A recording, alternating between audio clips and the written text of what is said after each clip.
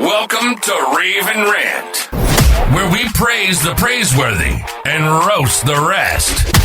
Each episode, we dive into reviews and tips on businesses, health, products, and services that matter to you.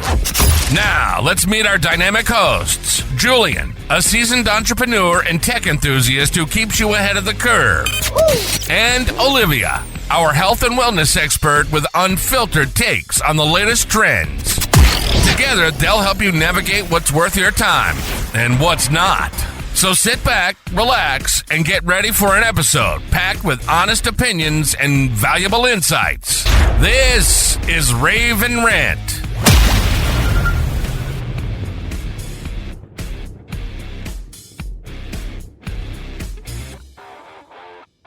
Welcome to the Deep Dive. We're here to cut through the noise, get straight to the stuff that matters, and today we are plunging right into something that's got everybody talking: collectors, investors, even just, people watching from the sidelines. Victor Wembanyama's rookie cards. Yeah, the buzz is, it's not just hype, is it? It's genuinely huge. Completely unprecedented. Get this. PSA, that's the main grading company, Professional Sports Authenticator, they graded over 400,000 Wembanyama cards. 400,000. In 2024 alone. That's like more than double any other current NBA player. It really puts it in perspective. And the money involved. I mean, a single card just went for $860,100 at auction. Just one card. Mind-blowing numbers. So our mission today really is to give you the Smart Collector's Guide to Victor Wembanyama rookie cards.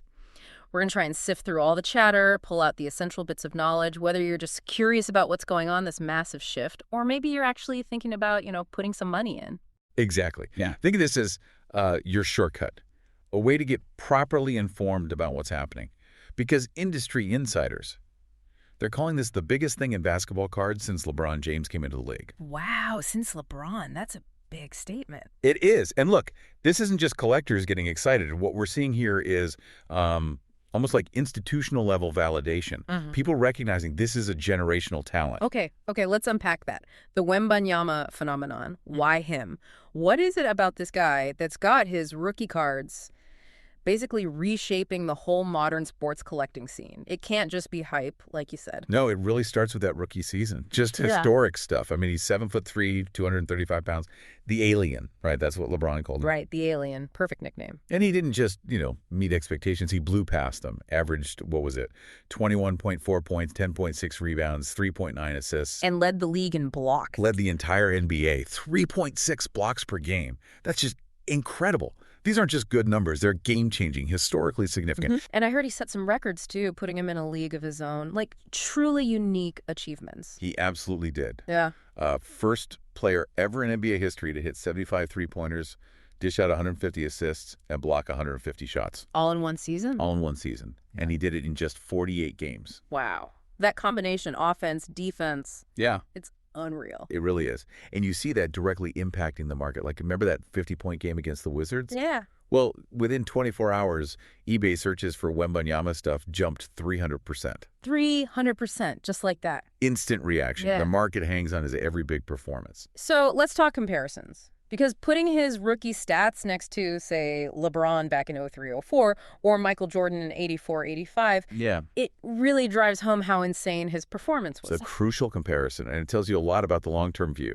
His blocks, 3.6 per game. Yeah. LeBron had 0.7 his rookie year.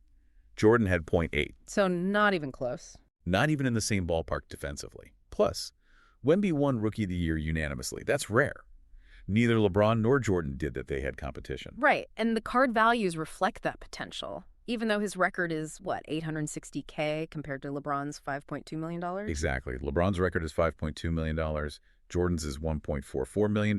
Yeah. But Wembanyama's already hit $860K as a rookie. What's really fascinating, though, is that his performance metrics, they don't just suggest stardom.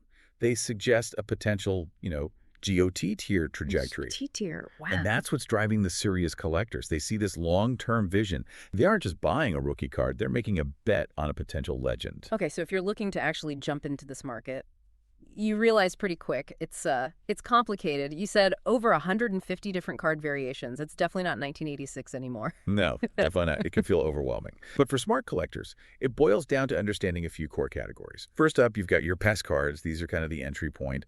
So a raw Panini Hoops rookie might start at just like $5. But get that same card graded PSA 10 that's gem mint, perfect condition, and suddenly it's $25 to $45. Right, so grading matters immediately. Hugely. These base cards, especially graded ones, they're sort of the foundation for building a position. Then you move up to parallel cards. Now, this is where the serious money starts to flow. Okay, parallels. Explain those a bit. Sure. They're basically variations of the base card, different colors, maybe a different pattern, sometimes holographic foil. The key thing is they're printed in much smaller quantities. They're scarcer. Ah, scarcity. That drives the value. Exactly. That record $860,100 sale. That was a Panini Prizm Nebula Choice Parallel, and it was a 11, literally the only one like it in the world. One of one. Wow. Yeah. But even slightly less rare ones command huge prices. Like a Prizm Gold, numbered out of 10, sold for $150,000. A select courtside black finite 11 went for over $137,000. So consistent demand for the rare stuff. Absolutely. Even a Prizm Silver PSA 10, which isn't numbered but is still a popular parallel, that consistently fetches over $700. And then finally, you've got autograph cards. These are in a really unique spot for Wembanyama. How so? Because Topps has the exclusive rights to his autograph on cards. Ah, exclusivity. So Panini can't put his signature on their cards? Generally, no, not licensed pack-pulled autos. That makes genuine, signed Wembanyama cards from Topps products significantly rarer than you might see for other rookies where multiple companies have deals. Gotcha. And that rarity translates to value. There was this Topps Mercury dual auto signed by both Wembanyama and LeBron James. Whoa. Yeah, that sold for over $126,000. It's not just scarce, it's like capturing a symbolic moment, right? A passing of the torch. That leads perfectly into a really critical decision for anyone getting involved. Graded versus raw. You mentioned the PSA 10 premium. How vital is grading in this specific market? It's absolutely vital. Non-negotiable for serious collecting, really. Look at the PSA population data, the numbers they release. That base Prizm rookie. There are already over 24,400 copies graded PSA 10. 24,000? That sounds like a lot. It is a lot. But even with that many out there, those PSA 10s consistently sell for 3 to 10 times the price of a raw, ungraded version of the same card. 3 to 10 times, just for being graded perfect. Exactly. So for anyone serious, the question isn't if you should get cards graded. It's more about should you dye ones that are already graded or take your chances submitting raw cards yourself. Condition and authentication are everything here. But okay, playing devil's advocate, if the raw cards are so much cheaper, isn't it tempting to just buy a bunch of those and, gamble on getting some 10s yourself? What's the big risk there for a new collector? That's a really common thought process, and it's where people can get burned. The biggest risk is massively underestimating how hard it is to get that gem rate, the percentage of raw cards that actually grade PSA 10. Right. It looks perfect to me, but maybe not under magnification. Exactly. Tiny surface scratches, print lines, slightly off-centering, things the grading companies catch that you might miss. You could buy 10 raw cards hoping for 1 or 2 10s and end up with maybe a bunch of 9s or even 8s. And those are worth significantly less. Way less. So you might spend less upfront on raw, but end up losing money compared to just buying a guaranteed PSA 10. For beginners especially, buying already graded offers way more certainty. It takes the gamble out of it. Okay, makes sense. So bottom line, someone's just starting, feeling maybe a little overwhelmed by all this. Which Wembanyama rookie card is the best first buy? Where should they start? Good question. For a brand new collector, I'd say that PSA 10 Panini Hoops base rookie is in that $25 to $45 range. Okay, the Hoops base PSA 10. It gives you excellent liquidity, easy to buy, easy to sell if you need to, and the demand is pretty steady. It's a great sort of safe way to dip your toe in and just understand how the market works. And for someone a bit more serious, maybe with a bigger budget. For the serious investor, the focus really needs to shift immediately. Look at those numbered parallels or the low population autograph. That's where genuine scarcity exists, and that's what tends to drive significant long-term value. Right. And thinking bigger picture, beyond just single cards, it sounds like there are different ways people are approaching this, like distinct investment strategies based on how much risk they want and how much cash they have. Absolutely. Market intelligence, Watching sales and talking to big collectors, it reveals roughly three main approaches. We can call them investment tiers. First is the entry level. This is maybe $5 up to about $100 per card. Okay. Here, you're mostly targeting base rookies, especially those PSA 10s we talked about. The risk is relatively low, the liquidity is high, and your potential upside might be, say, 2x to 5x your investment over time. And the strategy there is... Often, it's either buying those graded base cards for steady growth or, like we discussed, maybe buying raw hoops or Donruss cards in volume and playing the gem rate lottery, hoping to grade them well for longer-term appreciation. Then you've got the mid-tier. This is roughly the $100 to $1,000 range per card. Okay, stepping it up. Yeah. Here, you're targeting numbered parallels cards, serial numbered to 199, 99, 49, things like that, and maybe some lower-tier autographs. Gotcha. The risk here is medium, liquidity is still decent, but maybe not quite as fast as base, and the upside potential starts looking more like 5x to 15x. Interesting. A lot of experienced collectors call this the sweet spot. It's where you can really start building significant wealth. Cards like graded Prizm silvers, select parallels, maybe some Topps chrome numbered cards. They appeal both to people moving up from the entry level and high-end guys diversifying down. And finally, the high-end tier. This is anything over $1,000 really, and it can go way, way up. This is where the big sales happen. Exactly. The 11s, the really premium patches cards with pieces of game-worn jersey, the dual autographs. The risk here is high, liquidity is much lower. Finding a buyer for a $100,000 card takes time. Right, not like selling a $30 base card. Not at all. But the upside potential, it could be 20x or even more. That $860,000 Nebula sale, that tells you Wembanyama cards have reached like true blue-chip asset status in this tier. But it requires serious capital and usually a much longer time horizon. Looking at that price history, that $860,000 Nebula sale is just staggering. But you mentioned the progression, right? From a $516,000 sale in 2024. Yep. The Prizm Black Shimmer 11 sold for $516,000 in 2024. Then about a year later, the Nebula Choice 11 hits $860,100. That's a 67% increase in just 1 year. Exactly. And what makes it even more remarkable is that increase happened during a season where Wembanyama actually missed some time due to injury. That's the really interesting part. The value went up even when he wasn't playing. It shows incredible resilience. Yeah. And if you connect that to the bigger picture, that kind of appreciation, even through an injury-shortened season, it suggests something deeper than just hype. What does it suggest? It points towards real institutional confidence, belief in his long-term value, not just short-term speculation based on his last game. Makes sense. And the broader market data backs this up. We're talking over $6.3 million in Wembanyama card sales just on eBay. 18 different cards selling for over $10,000 each. Wow. And transaction velocity. Get this. In a single week, sometimes you see 6,800 Wembanyama cards changing hands. That level of liquidity. Yeah. It starts to look less like a hobby and more like, well, a traditional investment market. Okay, but with all this money flying around, unfortunately, you also get fakes, right? Counterfeiters. So authentication, protecting your investment, that becomes super important. It's absolutely crucial. You have to do your homework. It starts with understanding the grading companies. You've got PSA, BGS, SGC is the main ones. And PSA is king in this market. For Wembanyama right now, yes. PSA graded cards consistently bring the highest prices. And their population reports, that online database showing how many cards they've graded at each level, that's really the industry standard for verifying how rare a card actually is. Okay. So what are the immediate red flags people should watch out for when buying? Several things. Big one. Prices that seem way too good to be true for the claimed condition. If someone's selling a PSA 10 quality card raw for half the price of a graded 10, be very suspicious. Right. Also look at the seller. Someone with zero feedback trying to sell a multi-$1,000 card. Red flag. Any card described as gem mint or perfect, but without professional grading from PSA, BGS, or SGC, another red flag. And autograph. Huge red flag area. Any autograph that isn't authenticated, especially given Topps exclusivity, run away. Yeah. Only trust autos from licensed Topps products with their hologram or official authentication. So where should people buy? Trusted places. Reputable auction houses like Golden are great for high-end stuff. eBay can be good, but you have to check the seller's reputation and feedback meticulously. COMC is another solid marketplace. And don't forget, good local card shops. If you have one with a strong reputation, they can be a great resource. Okay, so let's say I'm looking at a card online, or maybe I even have one in hand. How do I actually verify it's the real deal? Good question. For raw cards, it's tough, but your best bet is to carefully compare it to images of known, authentic, graded examples. Look at the details, the print quality, the foil, the centering. Compare it to pictures from the PSA or BGS population reports. Okay, compare. Exactly. For graded cards, it's much easier. Every slab card has a certification number.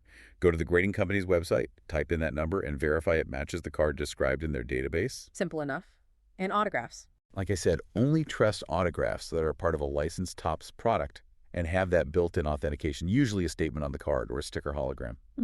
Anything else, especially signatures just scribbled on a base card, is incredibly risky, unless it comes with third-party authentication from a top company like PSA DNA or JSA. Beyond just making sure it's real, the smart money also thinks about when to buy and sell, market timing. It's not just a straight lineup, there are cycles. That's absolutely right. Values definitely operate on multiple cycles. Good. We can actually do some career milestone analysis. Like what? Well, we consistently see value spikes around certain events. The Rookie of the Year announcement usually bumps prices 15–25% across the board. Okay. Getting named an all-star, maybe a 10–20% lift.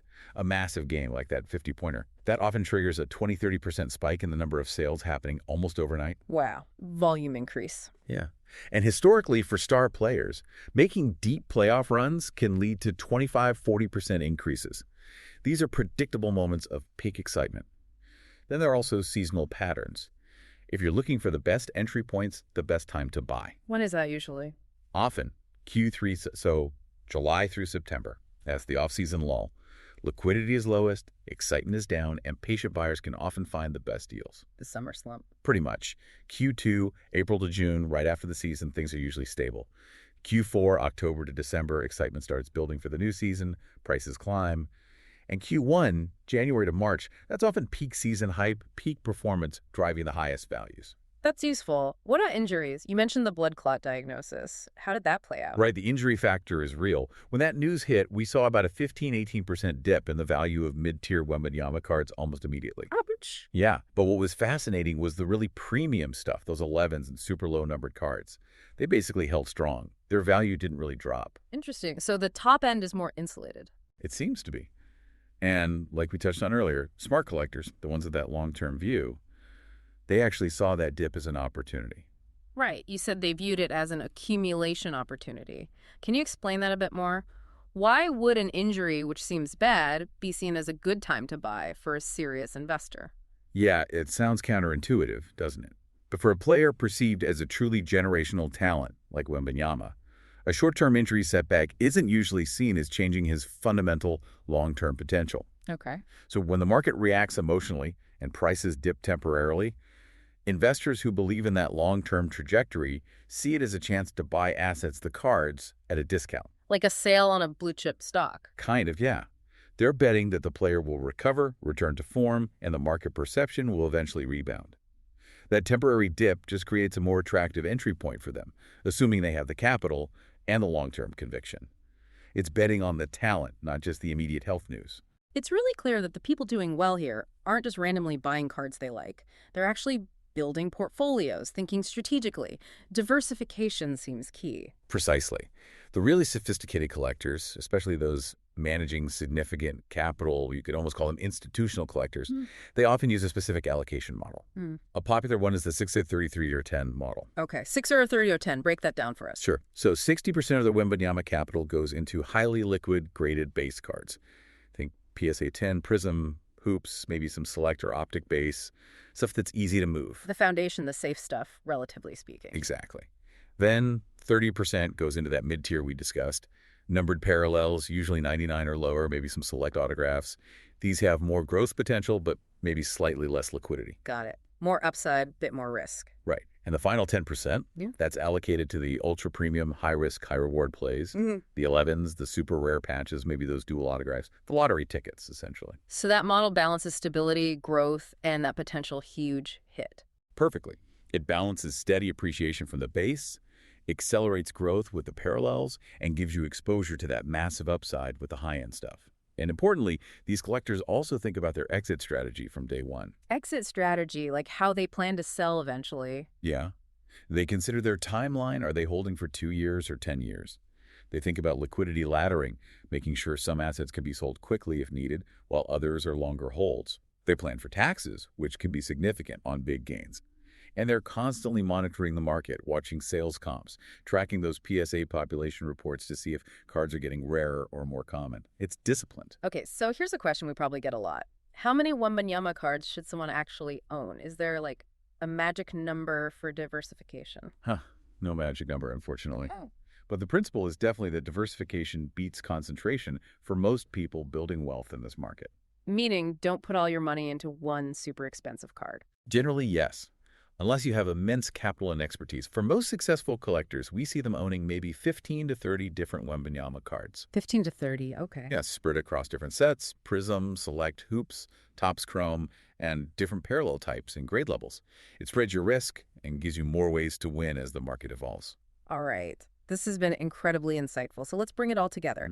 What does this mean for you listening right now? Let's talk action plan. What are some smart moves people can make today? Okay, let's get specific. For entry-level investors, someone just starting out, maybe with around $50 to invest, Yeah. the 2023 Donruss Optic PSA 10 base rookie, right around that $50 mark. Why? Optic is an established popular brand. PSA 10 guarantees perfect condition. It's liquid. It has that cool prismatic rated rookie design collectors love. It checks all the boxes for a solid, low-risk start. Okay, Donruss Optic PSA 10 base. Got it. What about mid-tier? Someone maybe looking to spend around $500. For that range, I really like the 2023 Prizm Deca Silver PSA 10. It's currently trading around $500. Prizm Deca Silver. What's special about that? Okay, Deca commemorates the 10th anniversary of Prizm Basketball, which is the flagship brand. The silver version is a short print, and crucially, only 15 examples have graded PSA 10 so far. Only 15 tens. That's genuine scarcity. Exactly. From the top brand, celebrating an anniversary with proven low population and top grade, it feels like a perfect balance of affordability for the tier and real appreciation potential.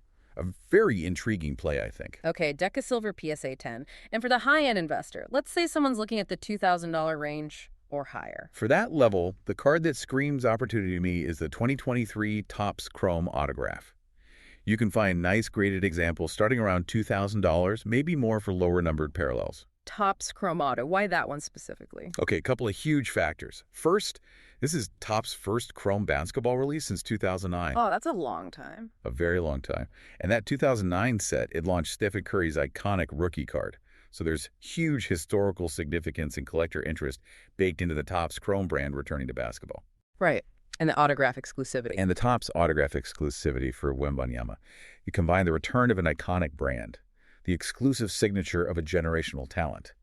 It feels like a potential perfect storm for serious long-term appreciation. So maybe to wrap that up into a framework, here's a simple three-step smart collector approach. 1. Establish your base. Get maybe 5 to 10 different PSA 10 base rookies across key sets like Prizm, Hoops, Optics, Select, maybe Topps Chrome base. Build that liquid foundation. Step 1, base. Step 2, add scarcity. Start targeting numbered parallels, aiming for cards numbered to 99 or lower from those premium sets. This is where you get growth potential. Step 2. Step 3, consider premium. If your budget allows, look into adding a key autograph or maybe a patch card, something to really anchor the portfolio with high-end potential. Step 3, premium anchor. Makes sense. And maybe a quick warning, common mistakes that cost people money. Chasing every hot new parallel without really understanding how many are out there. Buying raw cards, hoping for tens without knowing how tough grading is that often costs more in the end. Putting all your money into just one type of card or set, and maybe the biggest one. Panic selling when the market dips temporarily. Those dips are often the best buying opportunities if you believe in the long game. This is fantastic. It really feels like Wembanyama's combination of just insane on-court dominance, these record-breaking card sales, and this clear institutional validation we've talked about. It genuinely makes this the most significant opportunity in basketball cards in, 20 years? Since LeBron. I truly believe so. The collectors who are building real wealth with Wembanyama cards right now. Yeah. They aren't just gambling on the latest hype. No, they're making calculated investments. Right. They understand the stats. They understand the market dynamics. They understand grading, population counts. They're investing in documented greatness and proven scarcity, which really just leaves one final thought, doesn't it? What's that? Wembanyama's next milestone All-Star game, playoffs, maybe even MVP contention down the line that is coming. History suggests it will impact card values. The only question is, will you be positioned to benefit when it does? That's a wrap for this episode of Rave and Rant. We hope you found our insights helpful and thought-provoking. Don't forget to subscribe to the podcast so you never miss out on our latest reviews and tips. If you enjoyed the show, please leave us a rating and review. It really helps us reach more listeners like you. Have a topic you'd like us to cover or something you want us to rave or rant about? Connect with us on social media or visit our website to share your suggestions. Thank you for tuning in. Until next time, keep exploring what's worth your time and what's not. This is Rave and Rant, where we praise the praiseworthy and roast the rest.